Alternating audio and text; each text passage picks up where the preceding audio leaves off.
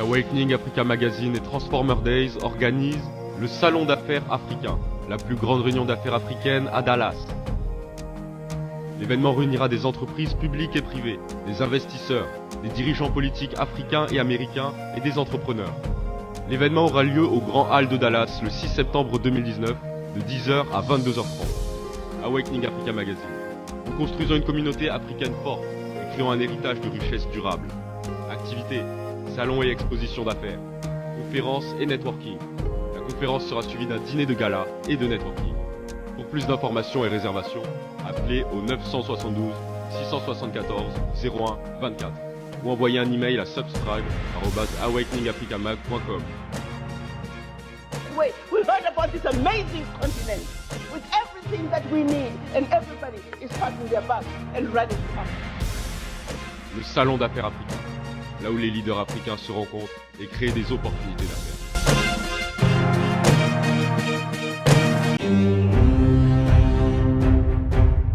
Chers parents du quartier Lemba Père, Salongo, Rigine, Campus, papa, maman, groupe scolaire Malaika, Yangonde Likambo. Malaika est aussi Yabiseto Sarakaka. Éducation 100% sûre.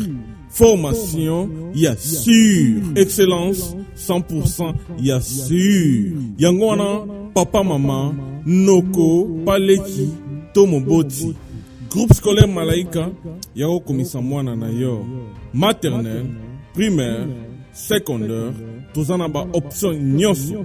Formation, kitoko. Ba bâtiment, kitoko. Kotanga, kitoko. Cours scolaire, kitoko. Bon anglais français, ya kolobata. Surtout anglais, talaka franco-américain. Groupe scolaire Malaika, tosakanaka te. Yebera, mbongo ike, formation, netikaka na Panama.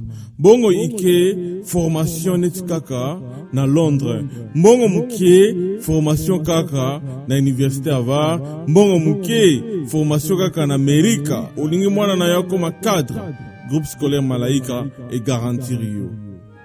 Merci. C'est-à-dire quoi? L'histoire n'évolue jamais seule. Il y a plusieurs sciences. Bonjour chers parents, je me présente, je suis Raissa Kawasele de l'école groupe scolaire Malaika. Je suis en 7e CP. La particularité de notre école groupe scolaire Malaika, nous avons une bibliothèque, une salle d'informatique et un laboratoire pour nos recherches. Envoyez vos enfants et vous ne serez pas déçus. Merci.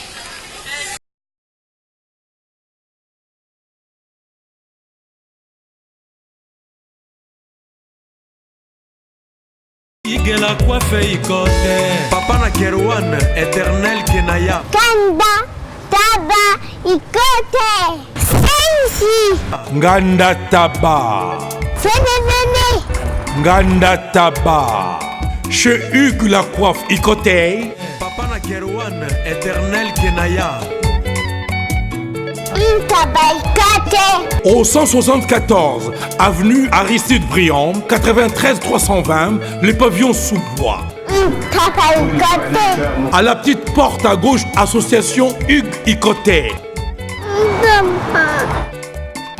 Intabaïkate 01 41 55 0000 Ntaba Ikoté. Takas Descartes Construction et yeah! Fini l'inquiétude pour la réalisation de vos constructions de rêves en RDC au prix imbattable.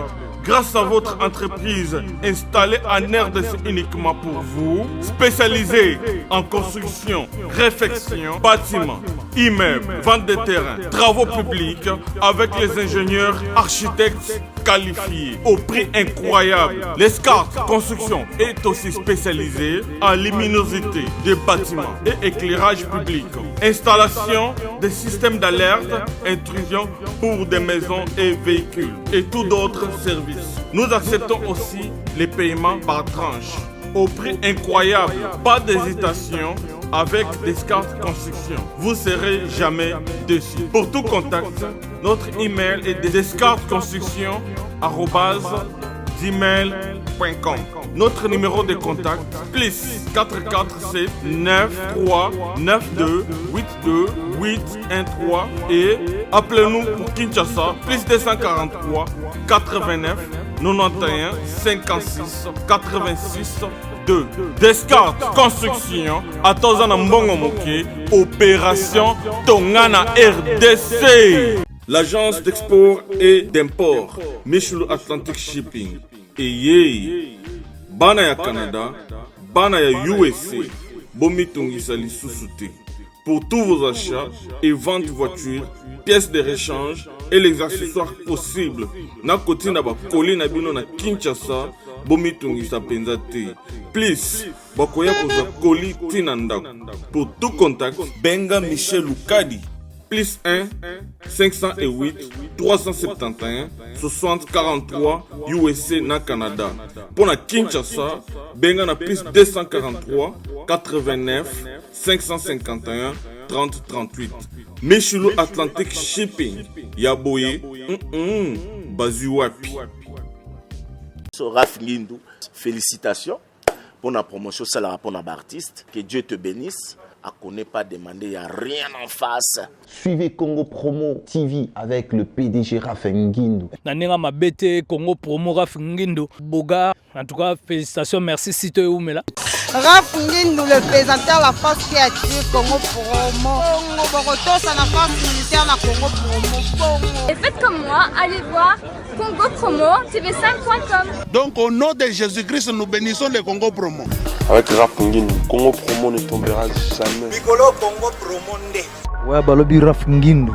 Congo Promo toujours, grande puissance. Come on. Congo Promo qui torcos net in a film. Congo Promo babunda nanango. Raph Ngindou. Congo Promo. What a plus, what a des boss là. J'avais entendu et j'ai vu. Félicitations à Congo Promo TV.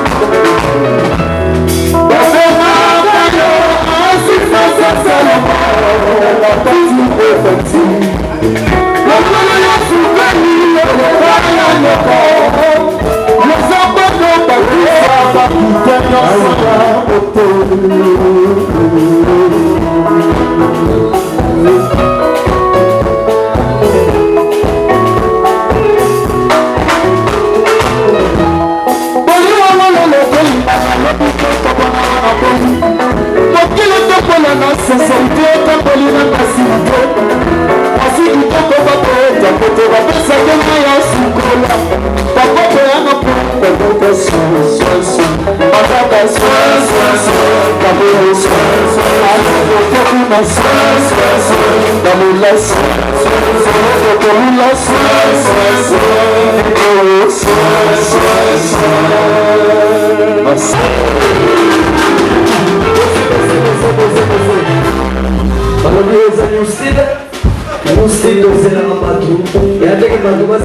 musique, est-ce que ça va? Ça va rater.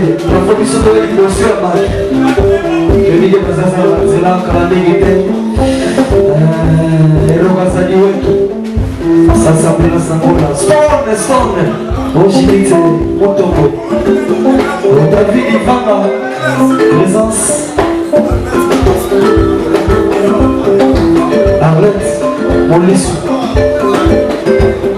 Maman présidente, Arlette. Sur la zone de là-bas. Et ça dégage chombo. Si ton passe dans la ligne,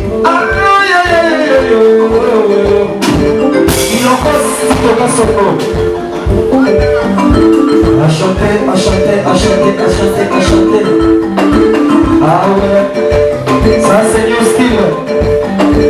Si ton casque son nom, il en casse. On repasse à ma capo, bien sûr, le pesa. Fondation Maman Mimi Kumbu, Naleli.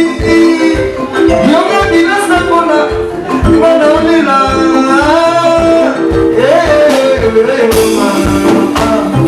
Ça c'est Dinas Nakona. Fondation Maman Mimi Kumbu, Naleli.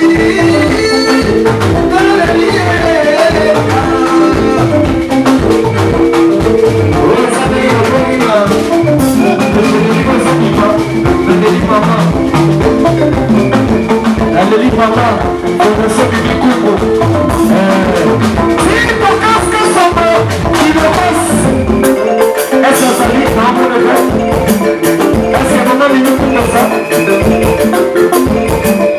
Est-ce que maman ça? Vous aussi? Oui. Vous aussi? Maman Mimi Kumbu. Alors on y est.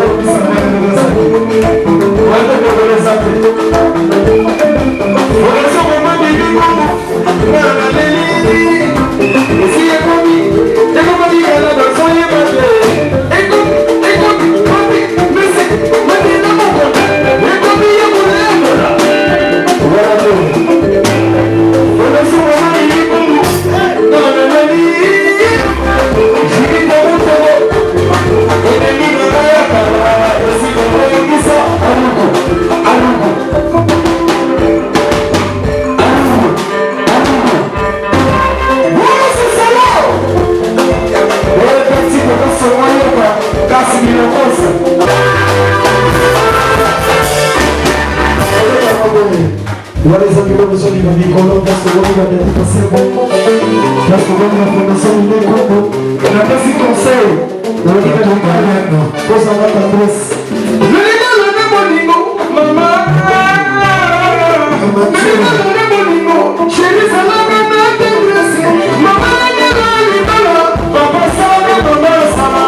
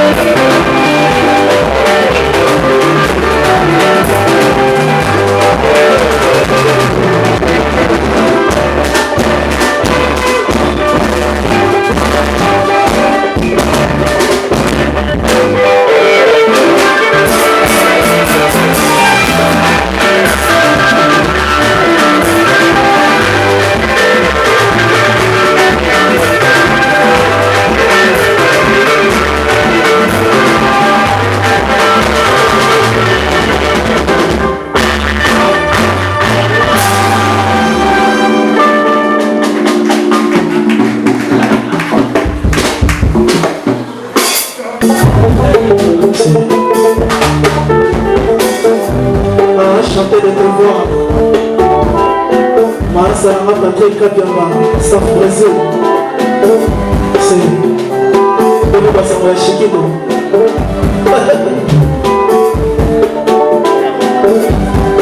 À chanter de tes voix encore une fois. Maman Mémé Kumbo. Je me retrouve Canada de Rosanna. C'est chanter de tes voix.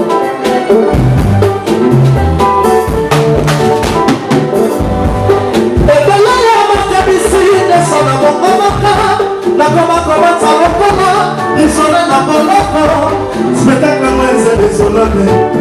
Il est venu dans l'air, bien là-bas,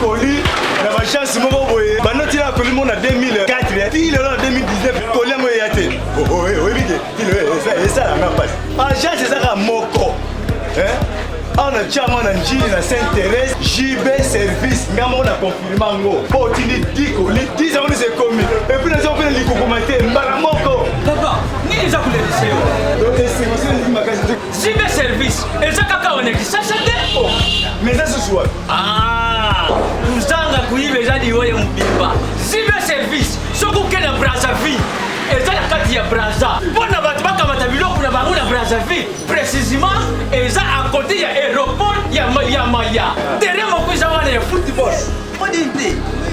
Maman dit Ayenzi la moko na bilo. Maman dit oui, na yenzi la mona bilo ko koma elobi, toza a pona vino, toza musala pona vino. Anja munderite. Yele, mutu muindo. Azali Congolais lukula yo na ngai. Azali mutu muindo me makila mundele. José Baïla, yango moni jibe service. Mikolo ibabazo lubakareka. Papa Fouad Léo. Fouad Léo. Mumida. Hugues la coiffe Ikoté. Et enfin, je suis arrivé. Salon Hugues la coiffe Ikoté. Non seulement c'est un salon de coiffure, mais aussi une machine de transformation des hommes et femmes. Regardez-moi comment je suis. Vilain. Mais attendez, 2 minutes. Bogart. Vous allez voir.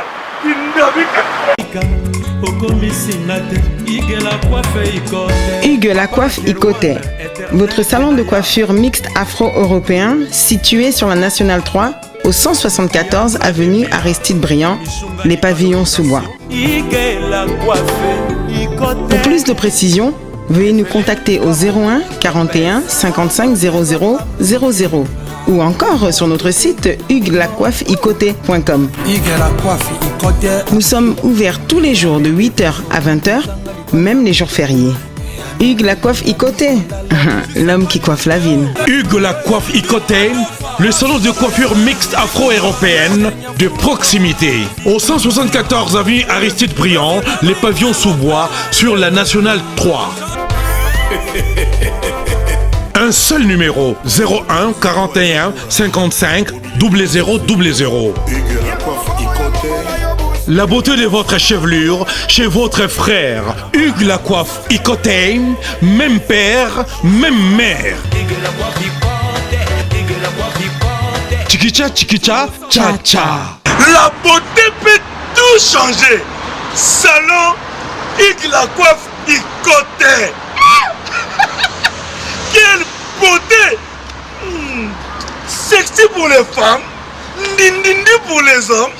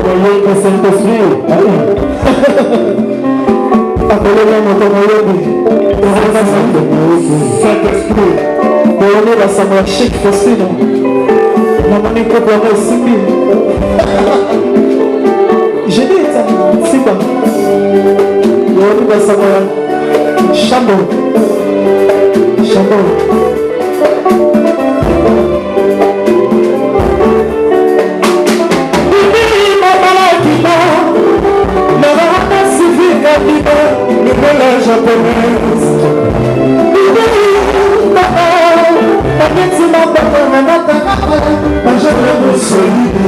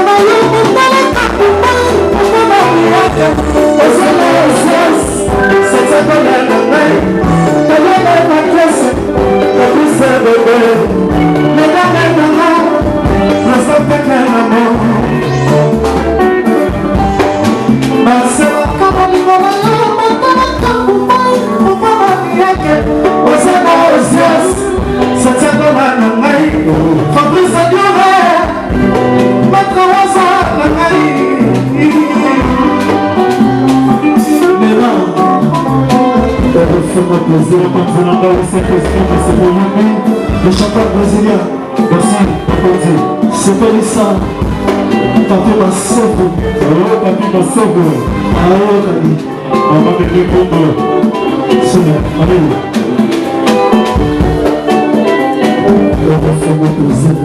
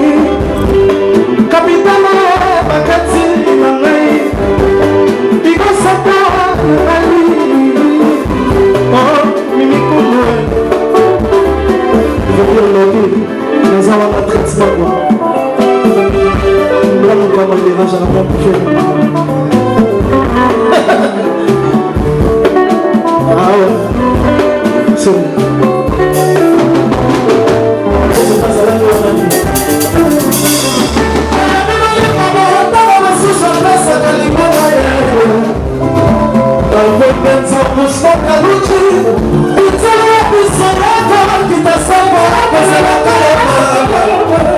Je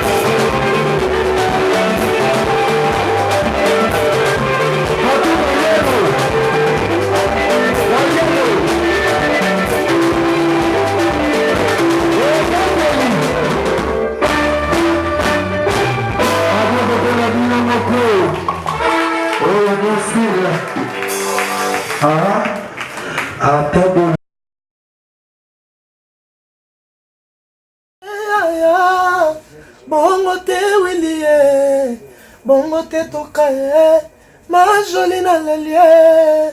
Ah Willie toka na sengi pardon kosala bongo te.